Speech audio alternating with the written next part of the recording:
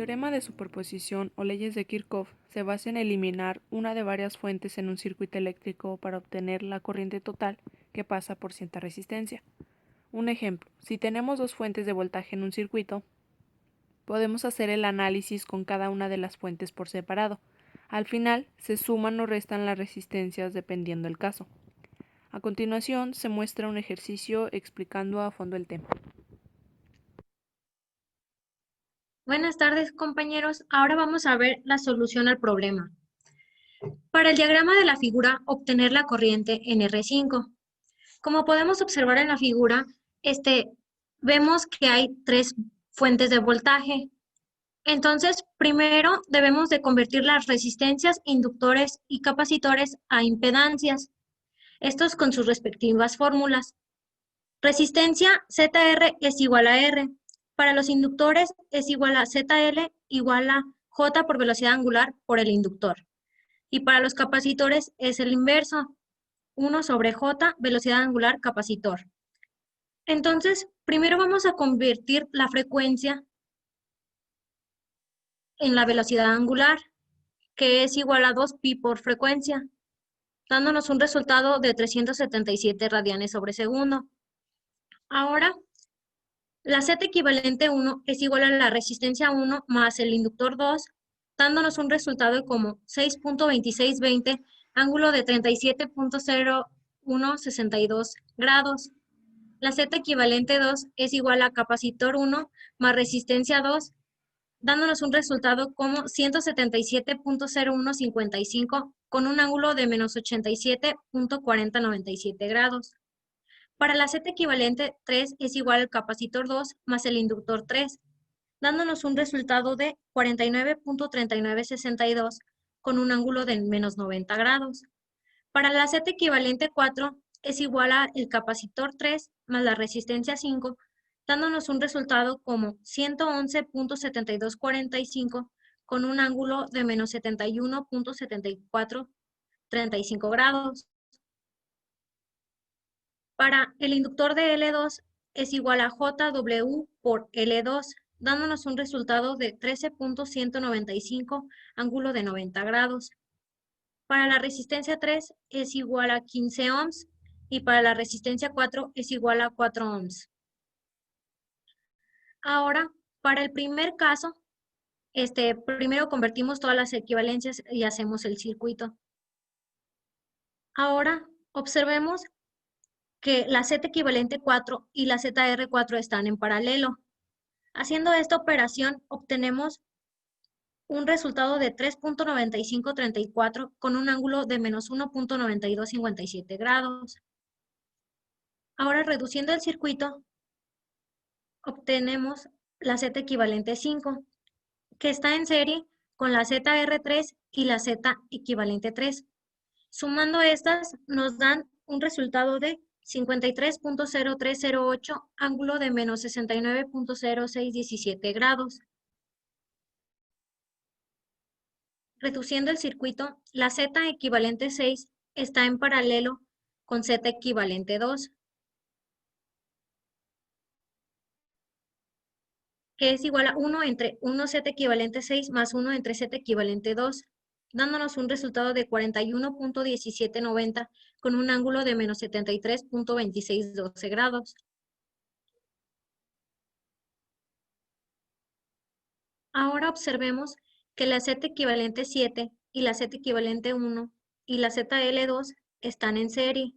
Estas sumadas dan la Z total, dándonos un resultado de 28.0913 con ángulo de menos 53.1771 grados.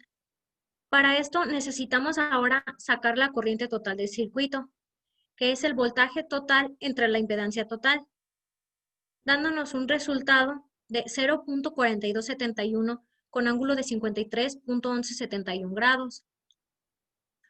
Ahora, como queremos saber la corriente que pasa por R5, es necesario regresarnos hasta donde está la resistencia de R5.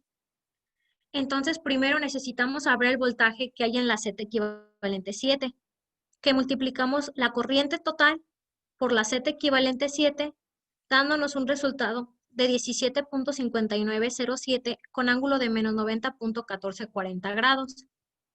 Ahora observemos de que para regresarnos a la resistencia R5 ocupamos saber la corriente que pasa por la Z equivalente 6, que es el voltaje de Z equivalente 7 que obtuvimos entre la Z equivalente 6, dándonos un resultado de 0.3317 con ángulo de 48.9176 grados. Ahora necesitamos saber el voltaje que pasa por la Z equivalente 5, que esto es multiplicando la corriente de Z equivalente 6 que obtuvimos multiplicado por la Z equivalente 5, dándonos un resultado de 1.3113 con ángulo de 46.9919 grados.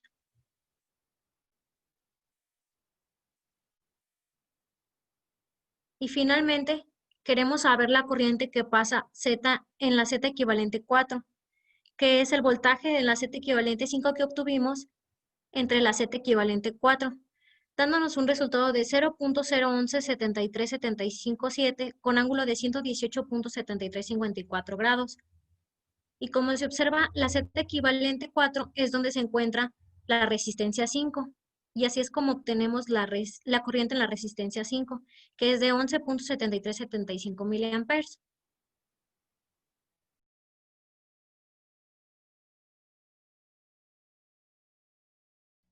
Como comprobación realizamos el circuito en multisim poniendo los multímetros correspondientes a un lado de la fuente de voltaje y para calcular la resistencia en R5 nos damos cuenta que los resultados son aproximados, por lo tanto correctos, de 430.418 miliamperes y 11.868 miliamperes en la resistencia R5.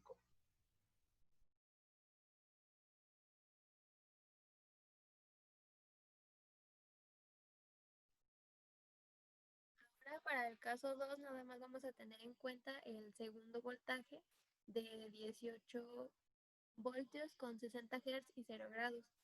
En este vemos que la Z equivalente 5 la tomaremos como Z equivalente 1 más ZL2, dándonos resultado de 17.68 con ángulo de 73.57 grados. Ya teniendo esto, tomaremos como Z equivalente 5 y Z equivalente 2 en paralelo, dándonos como resultado 19.51 con ángulo de 71.51 grados. Y este será nuestra Z equivalente 6. Ahora en este nuevo diagrama ponemos como Z equivalente 7 a Z equivalente 6 más Z R3 más Z equivalente 3 en serie, dándonos un resultado de 37.45 con ángulo de menos 55.54 grados. Teniendo esto en cuenta, tomamos Z equivalente 8,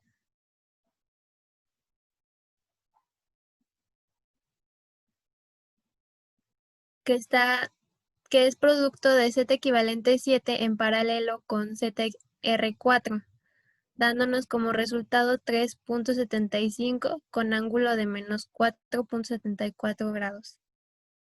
Y finalmente obtendremos Z total, que es Z equivalente 8 más Z equivalente 4 en serie, dándonos como resultado 113.24 con ángulo de menos 69.99 grados. Y utilizaremos nuevamente nuestra fórmula para saber la corriente total, utilizando el voltaje total sobre la Z total, que serían 18 ángulo de 0 grados sobre 113.24 ángulo de menos 69, igual a 0.158 ángulo de 69.99 grados, teniendo una corriente total de 158.945 miliamperes. Una vez más, realizando la comprobación, nos damos cuenta que poniendo el multímetro para comprobar la resistencia en R5, nos da un valor aproximado de 149.64 miliamperes, muy similar al de 158.9 sacado como la resistencia, la corriente total, por lo cual es correcto el resultado en el caso 2. Ahora, para el caso 3, tenemos que usar la fuente de voltaje de 6,60 Hz y 0 grados. Partiendo de izquierda a derecha, nos damos cuenta que para sacar la Z equivalente 5, tenemos que sumar la Z equivalente 1 más la ZL2, que están en serie, dándonos un resultado de 17.6864 con un ángulo de 73.57. Al reducir el circuito, nos damos cuenta que la Z equivalente 5 está en paralelo con la Z equivalente 2, así obtendremos la Z equivalente 6, realizando el resultado para las Z en paralelo, obtenemos 19.5188 con un ángulo de 71.59 grados. Al hacer la reducción correspondiente, nos damos cuenta que para la Z equivalente 7, tenemos 3 Zetas en serie, Z equivalente 6, ZR3 y Z equivalente 3. Realizando la suma, nos da un resultado de 37.4526 con un ángulo de menos 55.5 y obtenemos Z equivalente 7, que está en paralelo con ZR4. Realizamos el mismo procedimiento para las zetas en paralelo, obteniendo un resultado de 3.7591 con un ángulo de menos 4.74. Por último, obtenemos dos zetas en serie, realizamos la suma correspondiente y para sacar la Z total tenemos que es 113.2464 con un ángulo de menos 69.99 grados.